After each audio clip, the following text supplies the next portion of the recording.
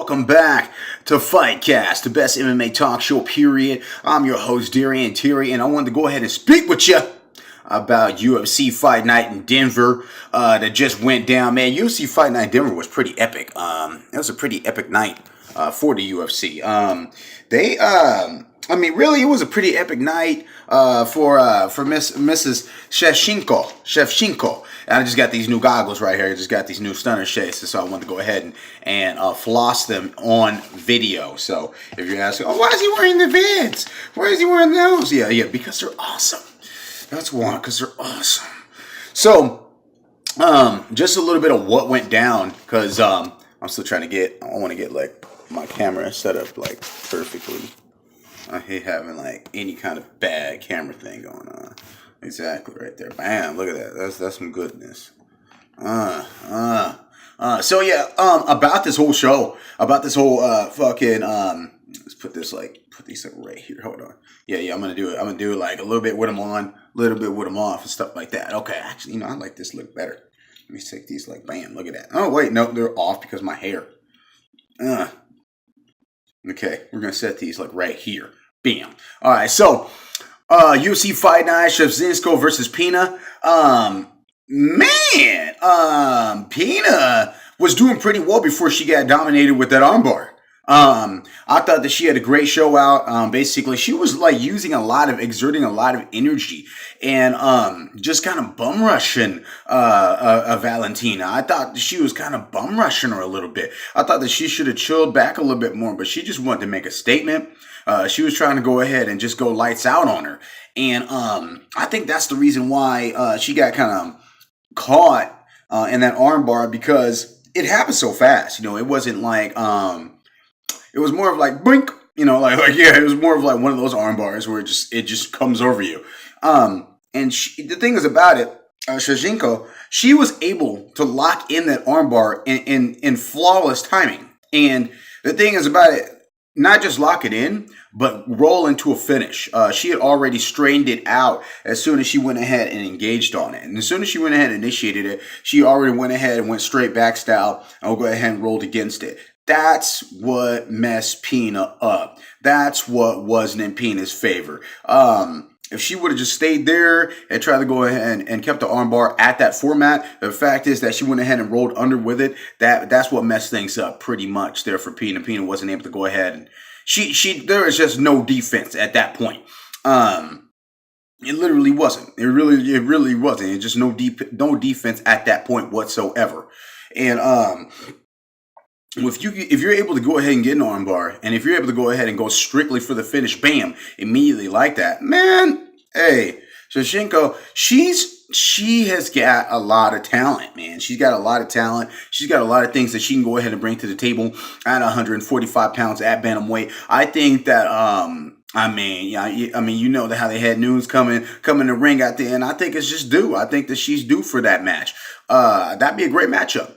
And so like it's just like one of those ordeals. I think that it's due, So I want to see that matchup happen early on, maybe 2-3 months down the road and stuff like that. Let's go ahead and see something like that. Shevchenko versus Nunes 2. You know what I'm saying? Because they have actually fought before. And so, but they need a 2 on that one. Co-main event. Why did Donald Cerrone get just knocked out twice? He got TKO'd twice. Yes, in the first round, he got TKO'd right at the very end, and then he got TKO'd for real. Okay, and here's the bad thing about it. Off counters. Donald's really great at those kicks. Man, he can kick the shit out of people. Nobody really wants to get kicked by him. Oh my goodness. That's the immortal Matt Brown. The thing is about it, though, is that when someone's able to counter your kick with some nice 2 or 3 piece combos, okay, when they're able to go ahead and say, I would like the 3-piece right after the kick. I would like to order the 2-piece right after the kick. And that's what happened right here. As you can see, it was a brilliant 2 to 3 piece that was landed on him. And in the first round, it was a 3-piece. Bye. Okay, that was go ahead and landed right after the kick. He has a great job. What he does, he has a great job go ahead and swoop in that kick, defending that kick. Okay, I'm going to go ahead and I'm going to side scoop it. Side scoop, comes back, bam. Side scoop, comes back, hook, hook. Okay, he does a nice job. Side swoop, hook, hook. It's a nasty combination. If you want to go ahead and, I want to utilize that when I go to the gym. Say side swoop, hook, hook. Okay, off a body kick too. Off a body kick. So that's what's so great about it. Great boxing, great defensive striking skills registered right there. Gamebred is the real deal now. Gamebred just made a crazy statement at 170 pounds. At welterweight, Gamebred could call out anybody as of right now. Just because,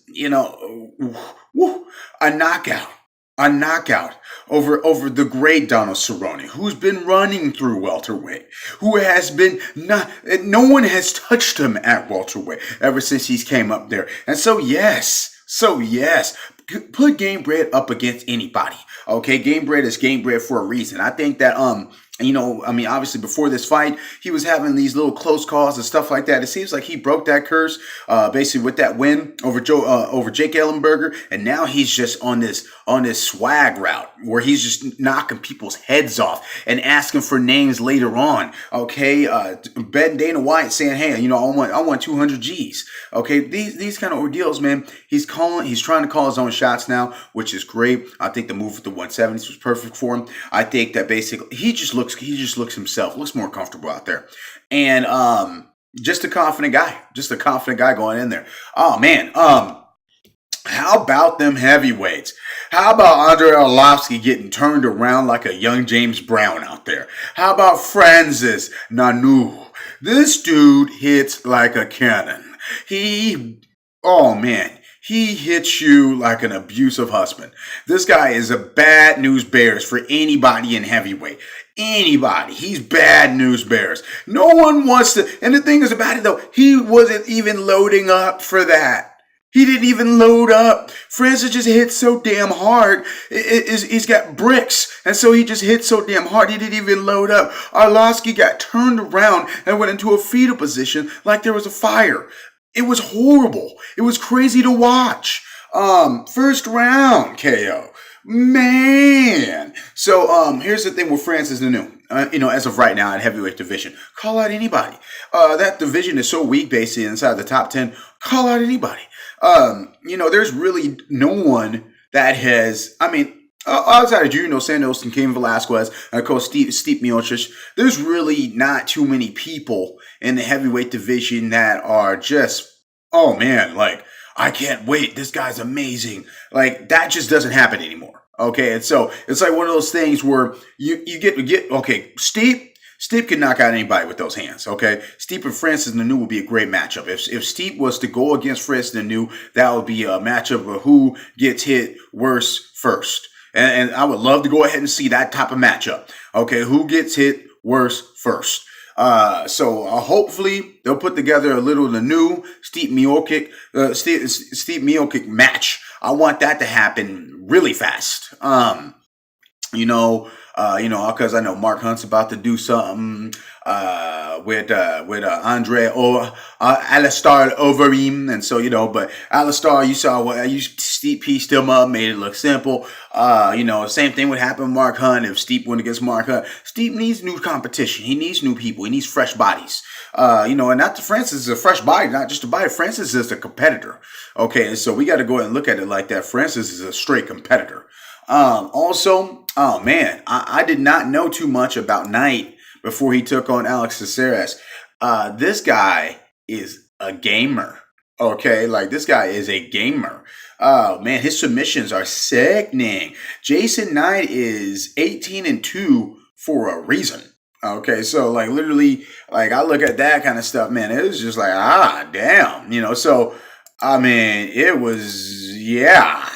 Bum, bum, bum, bum, bum, bum, bum. Yeah, literally subbed out. Okay, let me see. This was 3 minutes and 25 seconds into the second.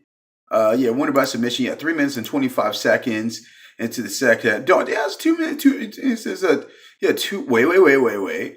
Yeah, it only lasted 2 rounds here. Okay, I was thinking maybe it lasted only one, but yeah, it lasted 2 rounds. But yeah, 44 seconds into the second round. So 44 seconds left in the second round. And so yeah, it was pretty doubt. Ooh, I mean, the thing is about this guy, you could put this guy pretty much against anybody right now. At 135 pounds and see how he does. He's not ready, of course, for the big guys. I mean, I'm talking about the Dominique Cruzes. I'm talking about all those guys like that. It's not like that, but put him up against a top 6, top 5 guy.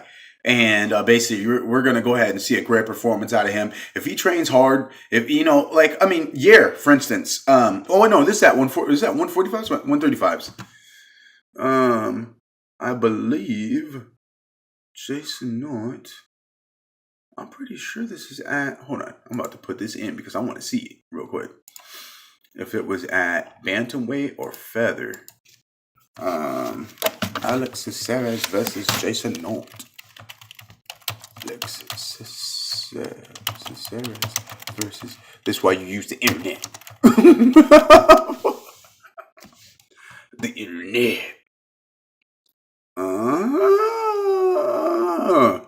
Already have some good action-packed stuff going down.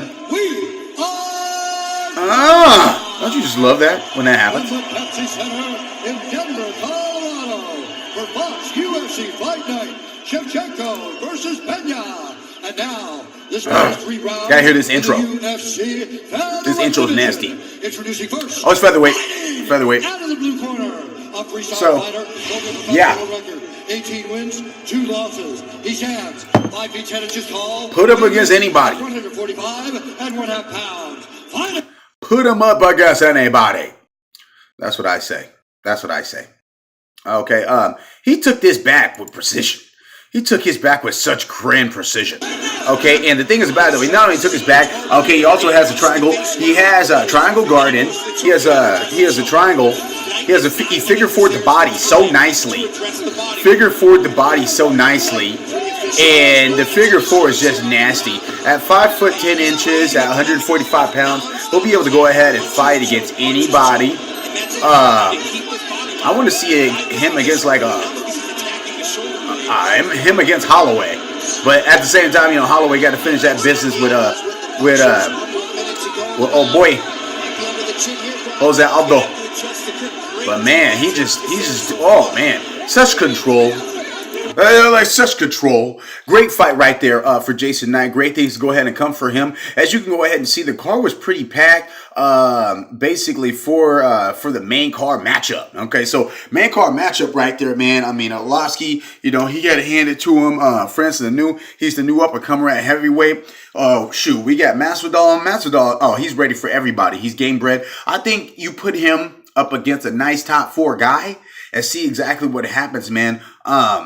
I mean, gosh, the next thing for Masvidal, I'd say Robbie Lawler. Go ahead, have him take somebody like that. Put him up against something like that. Oh boy, that would be a matchup. Robbie hits so hard, and I know Robbie's just been waiting in the, he's been lurking in the darkness, waiting for a quick comeback. So we're gonna see what happens with their next thing for Shevchenko. Valentina Shevchenko is definitely gonna have to be Amanda Nunes. The next thing for Knight. At lightweight, man, hey, he can take about anybody. He can go ahead and put him up against anybody. That's what I say.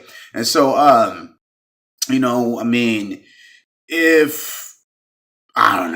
top 4 guys, we all know who's going to be at lightweight as of right now.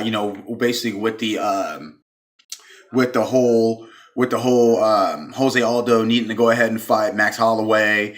And so with that whole ordeal going down, but otherwise than that matchup, hey, let's make it happen. Otherwise than that, man, great card overall. I really thought that Sam Alvey performed really well against Nate Marquardt.